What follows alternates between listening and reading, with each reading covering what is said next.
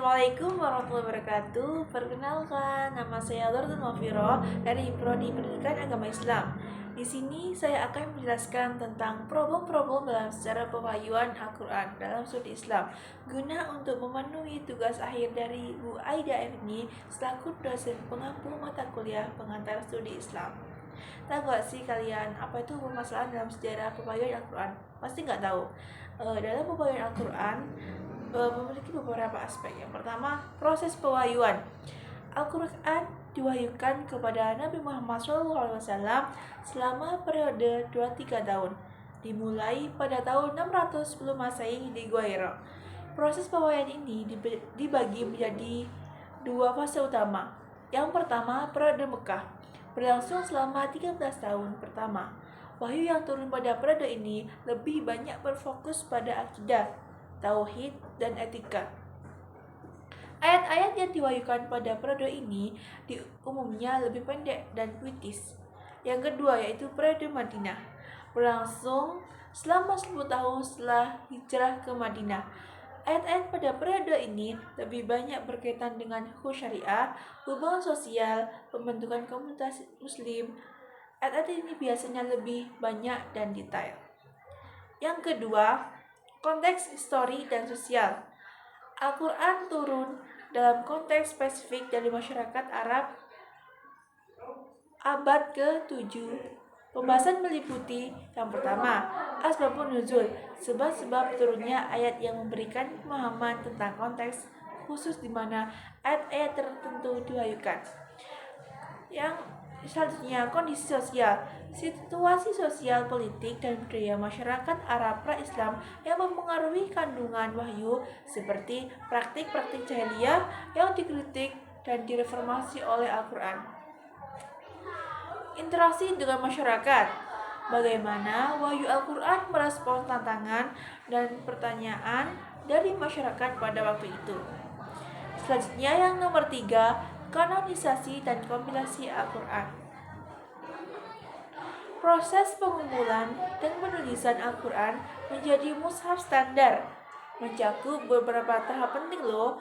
Yang pertama, pada masa Khalifah Abu Bakar. Setelah wafatnya Nabi, ada kekhawatiran kehilangan wahyu karena banyak hafiz atau penghafal Al-Quran yang gugur dalam perang. Khalifah Abu Bakar memerintahkan Zaid bin Harithah untuk mengumpulkan ayat-ayat Al-Quran yang tersebar dalam berbagai bentuk tulisan dan hafalan. Yang selanjutnya, pada masa Khalifah Utsman bin Affan, menyebabkan standarisasi dan penyebaran mushaf Utsmani untuk mengatasi perbedaan dalam bacaan dan memastikan kesatuan teks di seluruh wilayah kekhalifahan. Selanjutnya yang nomor 4, qiraat dan variat teks. Al-Quran memiliki berbagai qiraat yang diakui, mencerminkan variase dalam pengucapan dan tata bahasa tanpa mengubah makna pokok. Ini mencakup yang pertama, qiraat 7 dan 10. Bacaan yang sahih dan disepakati oleh ulama seperti qiraat Hafs, Dari, dan Wars dan Nafi'. Selanjutnya perbedaan logistik variasi, ini mencerminkan dialek dan cara pengucapan yang berbeda di antara suku-suku Arab. Selanjutnya yang nomor 5 yaitu hubungan dengan kitab suci lain. Al-Quran sering dilihat sebagai kelanjutan dari wahyu sebelumnya. Beberapa poin penting meliputi yang pertama, konfirmasi dan koreksi.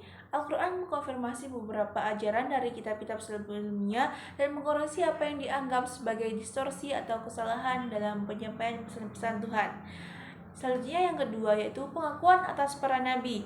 Al-Quran menyebut dan mengakui banyak nabi yang juga diakui dalam tradisi Yahudi dan Kristen. Yang keenam, penafsiran dan tafsir. Penafsiran Al-Quran atau tafsir memiliki sejarah panjang dengan berbagai pendekatan dan metodologi, yaitu yang pertama, tafsir bil ma'thur, penafsiran yang didasarkan pada hadis dan riwayat dari Nabi serta para sahabat. Yang kedua, yaitu tafsir bil ra'i, penafsiran berdasarkan ijtihad dan pemikiran logis ulama. Selanjutnya yaitu tafsir modern, Pendekatannya menggunakan metode kritis dan ilmiah untuk memahami relevansi ayat-ayat Al-Quran dalam konteks masa kini. Selanjutnya yang nomor 7, ilmu-ilmu Al-Quran. Studi mengenai Al-Quran mencakup berbagai disiplin ilmu yang membantu dalam pemahaman dan penafsiran teks, antara lain ulumul Quran, ilmu yang mempelajari berbagai aspek terkait Al-Quran, seperti sejarah pewahyuan, asbabun nuzul, nasik, masuk, dan tajwid. Selanjutnya yaitu ilmu balaghah, studi tentang keindahan bahasa dan retorika Al-Quran. Selanjutnya yaitu ilmu tajwid, ilmu yang mempelajari cara pengucapan dan pelafalan yang benar dalam membaca Al-Quran. Studi tentang sejarah pewahyuan Al-Quran ini terus berkembang seiring dengan kemajuan ilmu pengetahuan dan penemuan-penemuan baru yang membantu memperkaya pemahaman kita tentang kitab suci ini. Cukup sekian dari saya. Kurang lebihnya, mohon maaf yang sebesar-besarnya. Akhirul kalam, intinya suratul mustaqim. Wassalamualaikum warahmatullahi wabarakatuh. Halo, bye-bye. See you.